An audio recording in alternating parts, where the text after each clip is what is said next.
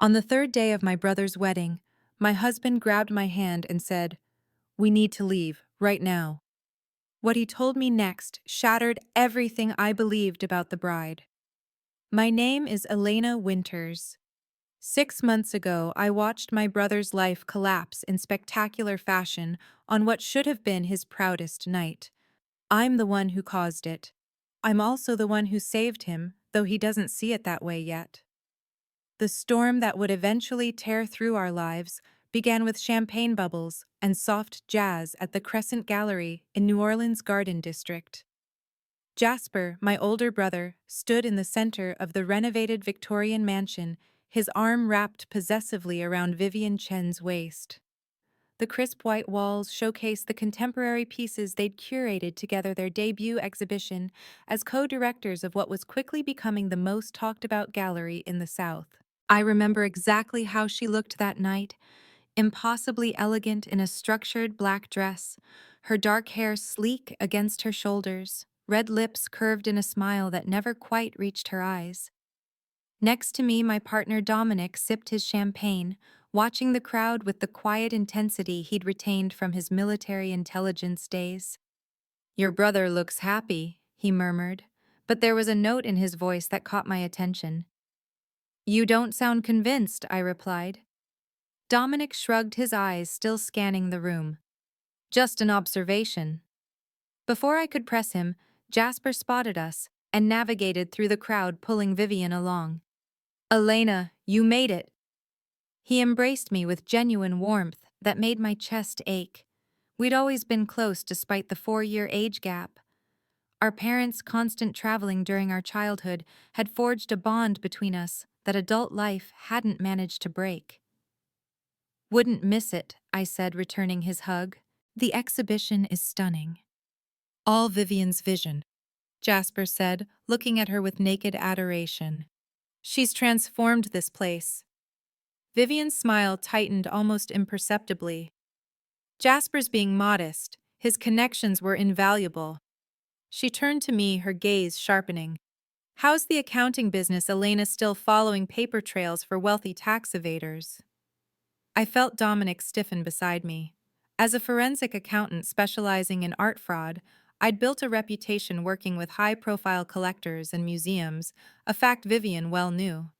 "I help people ensure their collections are legitimate and properly valued," I corrected gently. "Actually, several of my clients are here tonight." "Of course they are," Vivian said with a dismissive wave, "though I imagine your little spreadsheets don't capture the true value of art. It's about passion, not numbers." Jasper laughed uncomfortably. Elena's expertise is exactly why half these collectors trust her opinion before making purchases." "I wasn't questioning her utility," Vivian replied, "just noting the difference in our approaches." The conversation shifted, but the subtle dismissal lingered. It wasn't the first time Vivian had diminished my work or tried to create distance between Jasper and me. Since their whirlwind romance began 8 months ago, I'd watched my once daily calls with my brother dwindle to brief, awkward check-ins. Later that evening, I found myself admiring a striking abstract piece tucked away in a small alcove. The artist's technique was distinctive bold strokes of cobalt and crimson that seemed to vibrate with emotion. "It's remarkable, isn't it?" A woman's voice startled me. I turned to find an elegant older woman with silver hair watching me with keen eyes. "The composition is extraordinary," I agreed. "I'm Marjorie Dupont," she said, extending her hand. "I've followed Xavier Beaumont's work for years, but this piece, there's something about it that feels different." The name caught my attention. Xavier Beaumont was a reclusive artist whose works commanded six-figure sums. This particular piece was priced at $380,000. "I'm Elena Winters," I replied, shaking her hand. Recognition flashed across her face. "The forensic accountant. What a fortunate encounter. I've been considering purchasing this piece, but something's been holding me back. Would you have time for a consultation?" I gave her my card, promising to follow up. As we chatted, I noticed Vivian watching us from across the room, her expression unreadable. When Marjorie excused herself, Vivian appeared at my side almost instantly, making new friends. Her tone was light, but her fingers gripped her champagne flute with alarming intensity. Mrs. Dupont seems interested in the Beaumont piece. That's already been reserved. Vivian's response was clipped. The display doesn't indicate that. An oversight. We'll correct it immediately. She paused, studying me. Elena, I hope you understand the delicacy of gallery relationships. Clients don't appreciate outside opinions clouding their judgment. The threat was clear. Stay away from her potential buyers. I'm just here to support Jasper, I said carefully. Are you? Her smile was glacier cold. Because sometimes I wonder if you've truly accepted that your brother has his own life now, one that might not revolve around his little sister anymore. Before I could respond, she melted back into the crowd, leaving me with burning cheeks and a growing knot of unease in my stomach. It was nearly midnight when Dominic and I finally left the gallery. The humid New Orleans air clung to my skin as we walked to our car. Something's not right with her, Dominic said, suddenly breaking our silence. Vivian, she's always been territorial about Jasper. It's more than that. He hesitated, choosing his words carefully.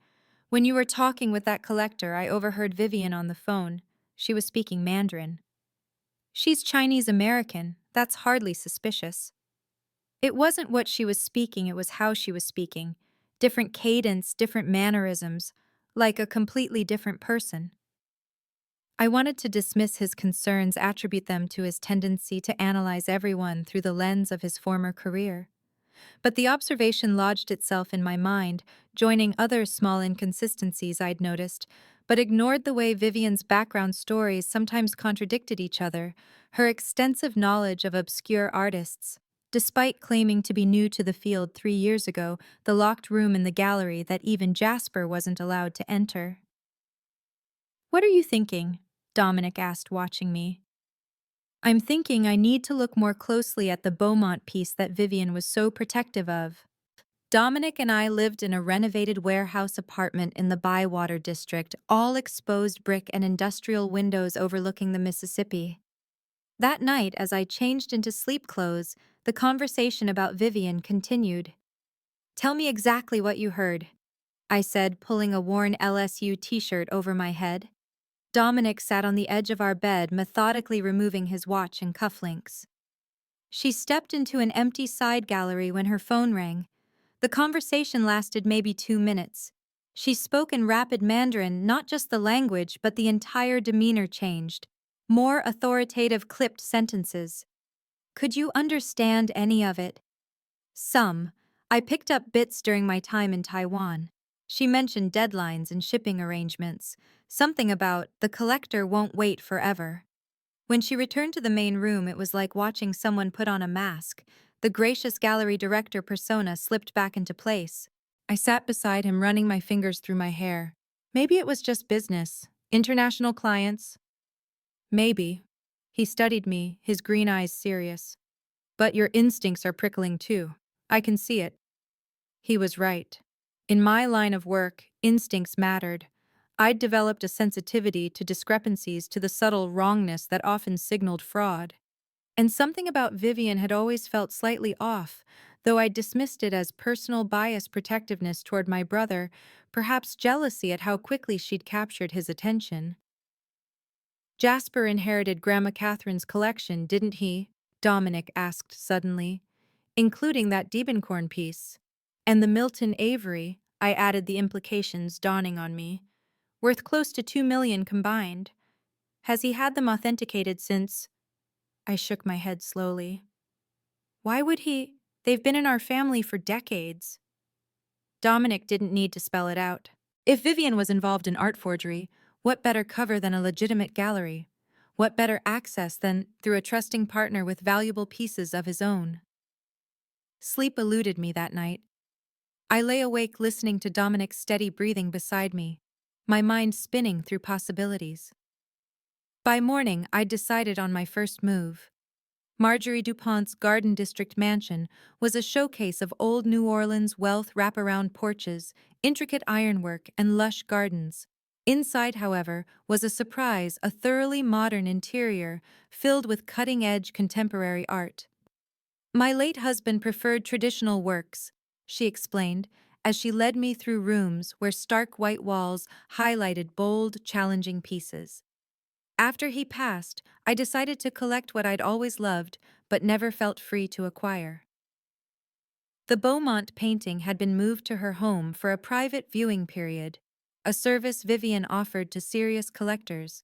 It hung in a sunlit study, its vibrant colors even more striking in natural light. Something about the provenance bothers me, Marjorie confided as we examined the painting. The gallery documentation shows it was part of a private European collection for decades, but I've followed Beaumont's career closely, and I don't recall this piece ever being mentioned. I studied the painting carefully.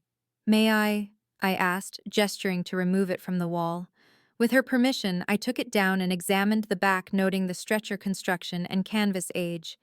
Everything looked correct at first glance, but something felt off. Would you mind if I took some photographs for research purposes? I have contacts who might be able to verify its history. Marjorie agreed readily, and I documented every aspect of the painting. As I worked, she watched with sharp eyes. You suspect it's not authentic, don't you? I chose my words carefully. I'm just being thorough. Beaumont's work has been forged before, and the price point makes verification prudent. She nodded, a shrewd look crossing her face. I may be retired, Ms. Winters, but I spent 40 years as a prosecutor. I recognize when someone is building a case. She lowered her voice.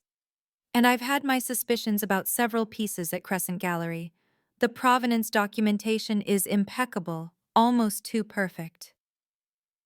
By the time I left Marjorie's home, I had not only detailed photographs of the Beaumont, but also a potential ally. That evening, I sent the images to Roman Kostoff, an art authentication expert I frequently collaborated with. His response came the next morning. Technically brilliant execution, but I have concerns. Need to see it in person. This doesn't match Beaumont's documented catalog. My unease crystallized into suspicion. I began discreetly looking into Vivian's background, leveraging contacts from my forensic work. The woman who had swept into my brother's life in the New Orleans art scene 11 months ago had an impeccable resume, MFA from Rhode Island School of Design, curatorial positions at galleries in San Francisco and Chicago, glowing references. Too impeccable, as it turned out. The gaps became apparent only when I dug deeper. The phone numbers for her references led to voicemail boxes that were never returned. The address she'd listed in Chicago belonged to a building that had been demolished 3 years ago. Her social media presence began just 18 months ago, suspiciously recent for someone so established in her field. My investigation took a more personal turn when I visited Jasper's home while he was attending an art fair in Miami. We'd always been comfortable enough in each other's spaces that I still had a key. I told myself I was just watering his plants, but my real purpose was to check on our grandmother's artwork. The Diebenkorn still hung in his dining room, but something about it bothered me. The brushwork seemed slightly different from what I remembered. I took photos careful to capture the same angles I had in images from before Vivian entered our lives. Later, comparing the photos side by side, my suspicions grew stronger. The differences were subtle, most people would never notice, but to my trained eye they were glaring. The painting hanging in my brother's dining room was not the same one our grandmother had cherished for 30 years. 2 weeks after the gallery opening, I sat in our garden with my laptop open, piecing together what I'd discovered when my phone rang. It was my mother calling from their apartment in Paris. "Elena, darling, have you heard the news?" Her voice bubbled with excitement. "Jasper proposed to Vivian last night. They're planning the wedding for December." My blood ran cold. "That's very sudden." "When you know," my mother said dismissively. "Your father and I adore her. She's so sophisticated, so perfect for Jasper. We're flying back next month to help with arrangements." "Mom, don't you think—" "Oh, and she mentioned you've been asking questions about her background." "Elena, really. This jealousy isn't becoming." Jealousy, I nearly choked on the word. I'm not. You've always been protective of your brother, dear, but he's a grown man. Vivian says you've even been contacting her former employers. It has to stop. The conversation deteriorated from there. By the time we hung up, it was clear my parents had fully embraced Vivian's narrative. I was the jealous younger sister, unable to accept that my brother had found someone who took priority over me. That night, I explained everything to Dominic. My suspicions about the Beaumont painting, the gaps in Vivian's history, my parents' reaction, and most damning, the apparent switch of my grandmother's painting. I think she's running an art forgery operation, I concluded. And she's using Jasper's reputation and connections to sell the fakes. If I'm right when this falls apart, he'll take the blame. His career will be destroyed. Dominic listened intently, his expression grave. You need evidence, real, incontrovertible proof, and you need to move quickly. I know, but Jasper won't even return my calls now. Vivian's completely isolated him from me. Then we need a different approach. Dominic's voice took on the precise tone he used when formulating strategy. If she's selling forgeries, there will be a money trail. That's your expertise. The next day, I requested a meeting with Detective Rafael Ortiz, a member of the NOPD's white-collar crimes unit, whom I'd worked with on previous cases. We met at a coffee shop far from the arts district. This is delicate, Rafa, I explained after outlining my suspicions. I don't have enough for an official investigation yet, and my brother's reputation hangs in the balance. Detective Ortiz sipped his chicory coffee, his expression thoughtful. Family complicates everything, but art fraud crosses state lines. This would ultimately be FBI territory. I know. I just need information first. Financial records shipping manifests anything that might connect Vivian to known forgery operations. He studied me for a long moment. I can make some inquiries, discreetly. But Elena, if this woman is who you suspect, she won't take kindly to scrutiny. These operations are usually connected to larger criminal enterprises. Meaning be careful, very careful. His warning lingered as I expanded my investigation. Over the next month, I used every professional resource at my disposal. I tracked the sale of pieces from the gallery, focusing on the rare finds and recently discovered works that commanded the highest prices. I created a timeline of Vivian's movements over the past 5 years, connecting them with reports of suspicious art transactions in each city. The pattern emerged slowly but undeniably. In each location, San Francisco, Chicago, briefly in Boston, a gallery experienced a remarkable upturn in business after Vivian's arrival, followed by whispered concerns about authenticity after her departure. No formal investigations had been launched. The art world often preferred discretion to scandal. But the coincidences were too consistent to ignore. More disturbing was what I discovered about my brother's finances. He had taken out a second mortgage on his home. His inheritance was now tied up in the gallery, and he had recently established a joint business account with Vivian, granting her access to what remained of his assets. I confronted him one afternoon at the gallery, catching him alone while Vivian was meeting with a client. "Jasper, I'm worried about you." I began, trying to keep my tone gentle. "This engagement, it's happening so fast." He smiled, but it didn't reach his eyes. "Not everyone takes 3 years to commit like you and Dominic." "That's not fair." No, what's not fair is you questioning every good thing that happens in my life," he interrupted, an edge to his voice I rarely heard. "Vivian makes me happy. She believes in my vision for this gallery." "And she has access to all your money," I said before I could stop myself. His expression hardened. "So that's what this is about. You think she's after my money?" "I think there are things about her you don't know." "Like what exactly?" he challenged. I hesitated, knowing I didn't have enough concrete evidence yet. "Her background doesn't check out Jasper. The references, the employment history." "Stop." He held up a hand. "Just stop. Vivian warned me you might do this. She said you've always needed to be the successful one, the one who makes the smart decisions.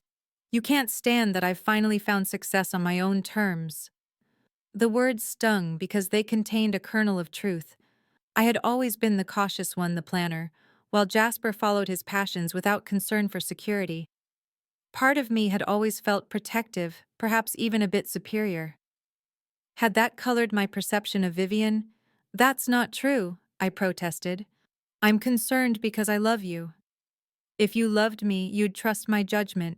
You'd be happy for me." His voice dropped. "Vivian thinks we should limit contact until you come to terms with our relationship. I didn't want to agree, but now, Jasper, she's isolating you. That's what manipulators do." His laugh was bitter. "The irony is incredible. You're trying to manipulate me into cutting her out while accusing her of manipulation." He turned away. "I think you should go. We both need space." I left with a leaden feeling in my stomach. Vivian's strategy was working perfectly. She'd driven a wedge between us that was widening by the day. My opportunity came unexpectedly. The gallery announced a major auction event featuring several important rediscovered works by prominent contemporary artists. The centerpiece was to be a previously unknown triptych by Marcus Winters, no relation to us, whose recent death had sent prices for his work soaring. The auction had attracted national attention, with collectors flying in from across the country. It would be Vivian's crowning achievement. 2 weeks before the auction, I received a call from an unknown number. "Ms. Winters, this is Wei Lin." The woman's voice was cautious. "I worked with Vivian Chen in San Francisco. I understand you've been asking questions about her." My heart raced. "Yes, I have. We need to meet, not over the phone." The following day, I sat across from a petite woman in her early 30s at a cafe in the French Quarter. Wei fidgeted with her coffee cup, eyes constantly scanning the room. "I was Vivian's assistant at the Emerald Dragon Gallery," she explained. "At least that's what everyone thought. In reality, I was helping her with authentication documents." "You were forging provenance papers," I translated. Wei winced but nodded. "I have a background in art history. I needed the money. At first it seemed harmless, just enhancing the documentation for legitimate pieces to make them more attractive to buyers. But then she started bringing in the paintings. Forgeries. Exceptional ones. Created by a team of artists she employs. They can mimic almost any contemporary style." Wei's voice dropped.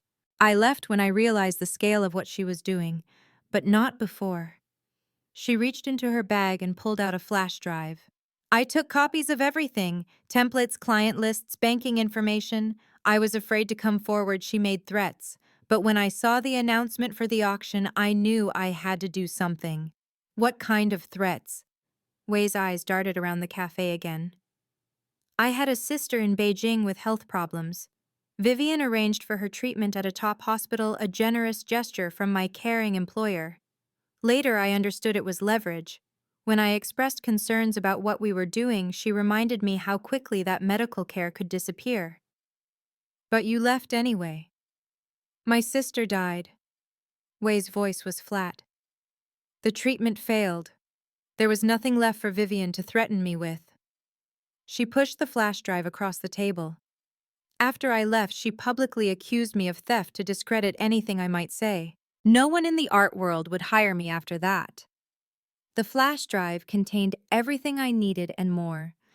Detailed records of every forged piece, financial transactions, even communications with the artists who created the fakes. Among them was evidence that the Marcus Winters triptych, headlining the upcoming auction, was counterfeit. "Why are you doing this?" I asked Wei as our meeting concluded. She hesitated. "Vivian doesn't just steal from wealthy collectors. She destroys people who trust her. Your brother..." She looked away. "He's not the first partner she's used as a front. The others didn't fare well after she moved on." Back home, Dominic and I spent hours reviewing the files. The scope of the operation was staggering: not just isolated forgeries, but a systematic enterprise spanning years. Most disturbing were the communications suggesting connections to a larger criminal network that used art forgery to launder money from other illegal activities. This goes beyond art fraud, Dominic said grimly as we pored over the documents. There are references here to shipments, payments names connected to organized crime in several countries. Which means Vivian isn't just a con artist, she's potentially dangerous. Armed with Way's evidence, I faced a decision. I could take everything to the FBI's art crime team immediately, but doing so might still implicate Jasper, who had signed documentation for pieces he believed were authentic. The gallery's reputation and his would be ruined. Instead, I formed a different plan. It's incredibly risky, Dominic warned when I outlined it to him. If she realizes what you're doing before everything's in place, she's planning to ruin my brother, I said firmly. I won't let that happen. The night of the auction arrived a black tie affair hosted in the gallery's grand exhibition space. I wore a deep blue gown that complemented my auburn hair, which I'd styled in an elegant updo. Dominic, handsome in his tuxedo, stayed close beside me, eyes constantly monitoring the room. Jasper greeted us with surprise.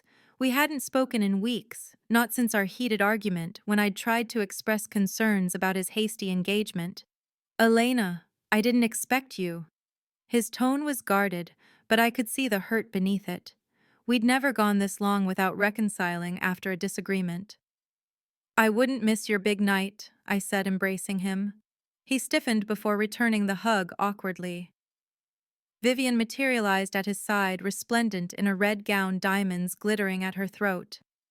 How lovely of you to support your brother, she said, her smile razor-sharp. Despite your differences of opinion, family is everything. I replied, matching her smile with equal insincerity. The gallery had been transformed for the event. The Marcus Winters triptych dominated the main wall, dramatically lit to highlight its bold composition. Around the room, other rediscovered pieces were displayed with detailed descriptions of their provenance. Collectors mingled, examining the works and marking their auction catalogs. I recognized several of my clients among them. As I circulated, I discreetly placed small specialized UV lights near certain pieces, lights that would remain inactive until triggered by a remote signal. Dominic engaged Jasper in conversation, keeping him occupied while I completed my preparations. At one point, I found myself standing next to Marjorie DuPont, who was studying the Winters triptych with narrowed eyes. You were right, she murmured, without looking at me. The Beaumont was a forgery. My independent authenticator confirmed it yesterday. And tonight, her smile was thin. I've informed several of my collector friends to pay particular attention to the provenance documentation. The rumor mill is already turning. Across the room, I spotted Detective Ortiz in an uncharacteristic suit, speaking quietly with a woman I recognized as Special Agent Teresa Mercer from the FBI's art crime team. Everything was in place. The auction began at 9. Vivian took the podium, radiating confidence as she welcomed the distinguished guests. My brother stood proudly at her side, unaware that his world was about to implode. Tonight represents the culmination of our vision for Crescent Gallery, Vivian announced. These extraordinary works, hidden from public view for decades, deserve to be celebrated. We're honored to facilitate their journey to new appreciative homes. The bidding began with smaller pieces, each selling for impressive sums. Vivian was a masterful auctioneer, playing potential buyers against each other with subtle skill. With each sale, I watched my brother's expression grow more elated. This was everything he'd dreamed of: recognition, success, a place in the art world he'd always revered. My stomach twisted with guilt over what I was about to do. At precisely 10:15 p.m., as the bidding opened for the Marcus Winters triptych, I sent a text message to a number I'd memorized. Seconds later, my phone lit up with an incoming call. I answered, speaking loudly enough to be heard. Yes, Special Agent Mercer, I understand. You're outside now. Yes, I can confirm the suspect is present. Heads turned in my direction. Vivian faltered mid-sentence, her eyes locking with mine across the room. I held her gaze as I continued. Yes, I have the documentation proving the forgeries, and the witness is prepared to testify. Murmurs rippled through the crowd. Jasper stared at me in confusion. Vivian recovered quickly, forcing a laugh. Please excuse the interruption. My sister-in-law has a flair for the dramatic. Shall we continue with the bidding? We'll start at 800,000. That was my cue. I pressed the remote trigger in my palm. Throughout the gallery, the UV lights I'd placed activated, revealing hidden marks on several paintings, marks visible only under specific wavelengths of light. The marks were a signature of sorts left by the forgers to identify their work. I don't think we should continue, I said, my voice carrying in the sudden silence. Not when I can prove that the Marcus Winters triptych and at least 6 other pieces in this auction are sophisticated forgeries. Chaos erupted. Collectors surged forward to examine the paintings. Vivian's face contorted with fury. This is absurd. Elena is making baseless accusations because she's jealous of our success. Security, please escort her out. But no one moved to touch me. Instead, Marjorie DuPont stepped forward. I had the Beaumont piece I purchased authenticated independently, she announced. It's counterfeit. She turned to Vivian. You knew it was fake when you sold it to me. Others began to speak up, collectors who had followed my suggestion to have recent purchases verified. The evidence mounted with each testimonial. Jasper stood frozen on the stage, his face ashen. Vivian. His voice cracked on her name. She ignored him, her attention fixed on me. You have no proof that I knew anything about this. For all anyone knows, we were deceived by our suppliers. Actually, I have extensive proof. I held up the flash drive. Financial records, communications with the forgers, documentation of previous schemes in San Francisco, Chicago, and Boston, and a very cooperative witness named Wei Lin.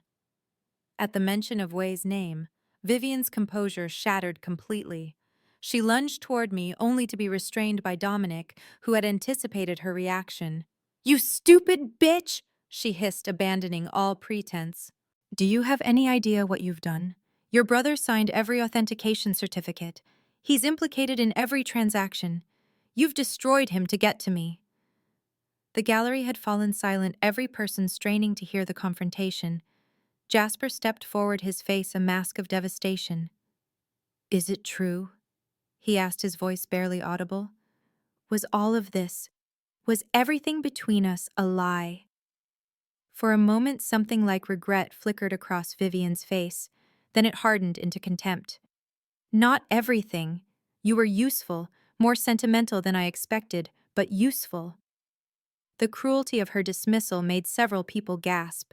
My brother seemed to physically shrink before our eyes, humiliation radiating from him in palpable waves. Jasper had no knowledge of the forgeries, I stated firmly, addressing the room. I have evidence that Vivian systematically kept him away from any direct contact with the forgers or financial documentation. She used his reputation and connections while deliberately keeping him in the dark. I turned to the back of the room where, right on cue, 2 FBI agents appeared. Unlike my fabricated phone call, these were very real federal agents with whom I'd been cooperating for the past week. Special Agent Mercer, as promised, everything is documented on this drive, and Ms. Lin is waiting at the location we discussed. What followed was a blur of federal badges, formal statements, and the sight of Vivian Chen being escorted from the gallery in handcuffs, her red gown a slash of color against the night, as she was placed in an unmarked car. The guests dispersed rapidly, the auction forgotten in the wake of the scandal. By midnight, only a handful of people remained, gallery staff, federal agents conducting inventory, and my brother sitting alone in his office with his head in his hands. I hesitated in the doorway, uncertain of my welcome. Why didn't you tell me? He asked without looking up. Why go through this public spectacle instead of coming to me privately? The question pierced me. I tried, Jasper, for weeks. You wouldn't listen. She had convinced you I was interfering out of jealousy. So you decided to humiliate me in front of everyone who matters in my professional life. His voice was hollow. To dismantle everything I've built in one night. I was protecting you. I insisted. If the FBI had discovered this without my involvement, you might have been implicated. Your reputation, my reputation, he laughed bitterly. Look around, Elena. My gallery is being raided by federal agents. My fiancé is a criminal. Every piece I've authenticated is now suspect. My reputation is in ashes and you lit the match. His words stung because they contained a kernel of truth. I could have found another way, a more private resolution. But the depth of Vivian's deception, the coldness with which she'd used my brother, had awakened something fierce and unforgiving in me. She would have taken everything from you, I said quietly. Not just your money or your gallery, your belief in yourself and your judgment. I've seen her type before in my work. They hollow people out and leave them as shells. Jasper finally looked up, his eyes red-rimmed. You think I'm not hollowed out now? I had no answer for that. The aftermath unfolded gradually. Vivian's forgery network was extensive, involving artists in 3 countries. The FBI discovered she'd been operating under various identities for nearly a decade, leaving a trail of devastated partners and defrauded collectors across the country. The total value of her forgeries exceeded $15 million. More disturbing were the connections to a money laundering operation tied to a Chinese criminal organization. The art forgeries had been just one component of a sophisticated scheme to move illicit funds across international borders. Vivian, whose real name turned out to be Lin May, was a mid-level operative who specialized in infiltrating legitimate art businesses. Jasper cooperated fully with the investigation, which ultimately cleared him of knowingly participating in the scheme. The art world, with its preference for discretion, gradually accepted the narrative that he had been another of Vivian's victims. Marjorie DuPont, with her considerable influence among collectors, helped rehabilitate his professional reputation. But the personal damage was profound. My brother retreated from public life, declining interviews and avoiding industry events. He moved out of his elegant Garden District home into a small apartment in the Marigny. Our parents, horrified by the scandal and their own role in embracing Vivian, tried to mend the rift between us, but Jasper maintained a polite distance from all of us. 2 months after the auction, Dominic and I received a wedding invitation from Jasper's address. For a moment, my heart lifted. Perhaps this was his way of reaching out, of beginning to heal our relationship. Then I opened the envelope and found not a wedding invitation, but a single sheet of paper with a gallery address and a date. No note, no explanation. Are we going? Dominic asked when I showed him. Of course. Whatever it is, he wants us there. The address led to a small community gallery in the Bywater district. When we arrived, I was surprised to find a modest crowd already gathered. Jasper stood near the entrance, looking thinner but more composed than the last time I'd seen him. He nodded to us but didn't approach. The exhibition was titled After the Forgery and featured stark, honest drawings that chronicled my brother's journey through deception and recovery. The pieces were raw, vulnerable, unlike anything he'd ever created before. One drawing depicted a man with his chest cavity open and empty. Another showed hands building a paper boat in a rainstorm. Most powerful was a self-portrait that unflinchingly depicted his pain while suggesting the possibility of renewal. It showed Jasper with his face half in shadow, half in light, the illuminated side beginning to take form, while the shadowed side dissolved into fragmented lines. I stood before it, moved by its raw truth when he appeared beside me. "What do you think?" he asked, a hint of his old vulnerability in the question. "It's the most honest thing I've ever seen you create," I answered. He nodded, accepting this. I titled it, After the Forgery. We stood together in uncomfortable silence. Finally, I spoke. "I'm sorry for how I handled everything. I was trying to protect you, but I hurt you in the process." "You weren't wrong about her," he admitted quietly. "I just couldn't see it, didn't want to see it. She was brilliant at creating an illusion that matched exactly what you wanted to see." "What I needed to see," he corrected, "the successful gallery owner, the respected authority, the man worthy of a beautiful, accomplished partner." He sighed. None of it was real. Your talent is real, I said, gesturing to the drawing surrounding us. This is real. Another silence fell between us, less tense than before. I've been offered a position with the FBI's art crime team, he said finally. As a consultant, apparently my experience makes me valuable in identifying potential fraud schemes. Pride surged through me. That's wonderful, Jasper. It's a start. He hesitated, then turned to face me directly. I haven't thanked you properly for saving me from something much worse than public embarrassment. You don't need to thank me, I said, my throat tight. Just forgive me for the way I did it. I'm working on that too. His smile was sad, but genuine. It's a process. 3 months later, Jasper moved back to the Garden District, not to his old home, but to a smaller house closer to our parents. He began teaching art classes at a community center and continued his consulting work with the FBI. We had dinner together once a week, sometimes just the two of us, sometimes with Dominic or our parents. The conversation was stilted at first, but gradually relaxed into something resembling our old closeness. The emotional wounds healed slowly. There were still moments when I caught him staring into space, his expression haunted, or when a flash of anger would cross his face at the mention of certain topics. But there were also signs of the brother I'd known before, his dry humor returning, his passion for art rekindling. 6 months after the night that shattered his world, Jasper held his first solo exhibition in 15 years. It was a modest showing at a respected gallery featuring the drawings that had begun as therapy and evolved into a powerful artistic statement. The art world took notice not just because of the scandal that preceded it, but because the work stood on its own merits. Raw, honest, transformative.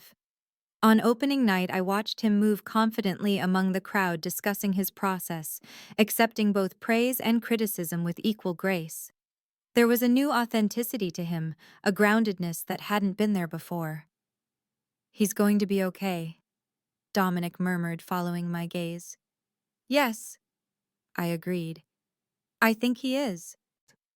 Later, as the crowd thinned, Jasper joined us near a drawing titled Siblings, a piece showing two figures with their roots intertwined beneath the surface. This one's new, I observed. Finished it last week. He studied it critically. It's about how we can wound each other, but still remain connected. How family is both vulnerability and strength. I swallowed against the sudden tightness in my throat. It's beautiful. I've been thinking, he said, about truth and forgery in all aspects of life. How we sometimes create elaborate forgeries of ourselves, versions we think others want to see. And now, Dominic asked. Jasper shrugged, a small smile playing at his lips. Now I'm trying to create only originals. As we drove home that night, I thought about forgeries, how the best ones fool us because they contain elements of truth, because they show us what we desperately want to see. Vivian had been brilliant at creating an illusion that perfectly matched Jasper's deepest desires. My exposure of her had been brutal, public, humiliating, perhaps unnecessarily so. The wound I'd inflicted while removing the poison had left its own scar. But beneath the scar, something authentic was emerging. My brother was rediscovering his own voice, his own talent after years of living through others. The facade had been stripped away, leaving something more genuine in its place. The betrayal had cut deep, and the healing was still ongoing. But in that moment, surrounded by truth expressed through art, I felt something settle between us. Not forgiveness exactly, not yet, but its possibility. A recognition that sometimes the most painful revelations clear the way for something real to emerge from the wreckage of beautiful lies.